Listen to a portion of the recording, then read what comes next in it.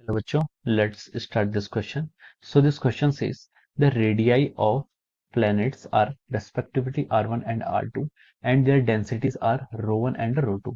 What is the ratio of the acceleration due to gravity? Acceleration due to gravity का हमें ratio बताना है at their surfaces. तो चलिए बच्चों, अब हम इस क्वेश्चन को स्टार्ट करते हैं. देखिए बच्चों, इस क्वेश्चन का जो आपका की कॉन्सेप्ट है, इस क्वेश्चन का की कॉन्सेप्ट हम बोल सकते हैं कि आपका एक्सीलरेशन ड्यू टू ग्रेविटी का हमें फॉर्मूला कैलकुलेट करना है. तो उसका की कॉन्सेप्ट लिखिए आप, एक्सीलरेशन ड्यू टू ग्रेविटी. ठीक है, एक्सीलरेशन ड्यू टू ग्रेविटी हमें यहाँ पर कैलकुलेट करना है. तो देखिए बच्चों, अब हम इस क्वेश्चन को आगे प्रोसीड करते हैं. अब उसने हमें रेडियाई गिवन की है R1 एंड R2. क्वेश्चन में गिवन क्या क्या है, R1 एंड R2, ये आपकी ऑब्वियसली रेडियाई होंगी. एंड द डेंसिटीज गिवन किया क्या, ρ1 एंड ρ2, ये आपको गिवन है, डेंसिटी और radii. What is the ratio of acceleration due to gravity at the surface? अब हमें acceleration due to gravity का एक फॉर्मूला निकालना है जिसमें आपका रो और आर की टर्म है. ठीक है, तो देखिए एक्सेलरेशन ड्यू टू ग्रेविटी, इसको हम जी कहते हैं. ये आपका एक्सेलरेशन ड्यू टू ग्रेविटी का फॉर्मूला होता है आपका G M divide by R का स्क्वायर. ठीक है, ये आपका एक्सेलरेशन ड्यू टू ग्रेविटी का फॉर्मूला होता है. अब देखिए, अब हमें यहाँ पर मास को हटाना है, हमें सिर्फ रेडियस और डेंसिटी की टर्म में देना है. अब देखिए डेंसिटी क्या होती है, डेंसिटी होती है आपकी mass divide by volume. Volume कितनी हो सकती है, 4/3 पाई आर क्यूब, ये आपकी क्या होगी, वॉल्यूम होगी. तो हम यहाँ से मास को लिख सकते हैं, मास को हम लिख सकते हैं 4/3 pi into rho into R cube. ठीक है, ये अब कितना हो जाएगा, मास हो जाएगा.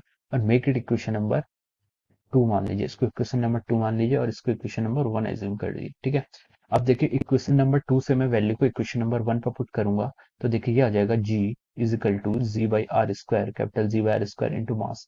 मास कितना है आपका 4/3 pi rho into R cube. ठीक है, अब आर स्क्वायर से आर क्यूब को डिवाइड करेंगे तो एक आर रह जाएगा. G इज इक्वल टू कितना आएगा आपका 4/3 पाई रो इंटू आर. ठीक है, ये आपका और जी. ठीक है, 4/3 पाई रो आर जी, ये आपका क्या आ जाएगा, जी की वैल्यू यहाँ से आ जाएगी. ठीक है, अब उसने हमसे बोला है कि the radii of planets are R1 and R2 and their densities are ρ1 and ρ2.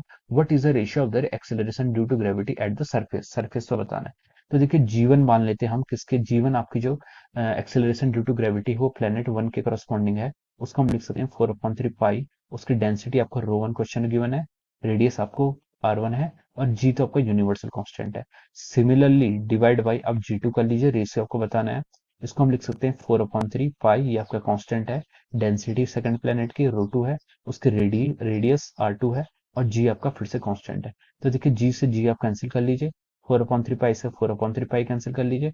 तो आपका रेशियो पूछा था, रेशियो आपका G1 डिवाइड बाई G2 का जो आपका रेशियो आएगा यहाँ से, अब वो आसानी से हम लिख सकते हैं ρ1 R1 डिवाइड बाई कितना, ρ2 R2. ये आपका क्या जाएगा, यहाँ से रेशियो कैलकुलेट होकर आ जाएगा. तो देखिए यही हमसे क्वेश्चन में पूछा था, ratio of their acceleration due to gravity. और ये उसका क्या हो जाएगा, आपका final answer. This is the final answer of the question that has been asked. So I hope you all understood this concept. All the best.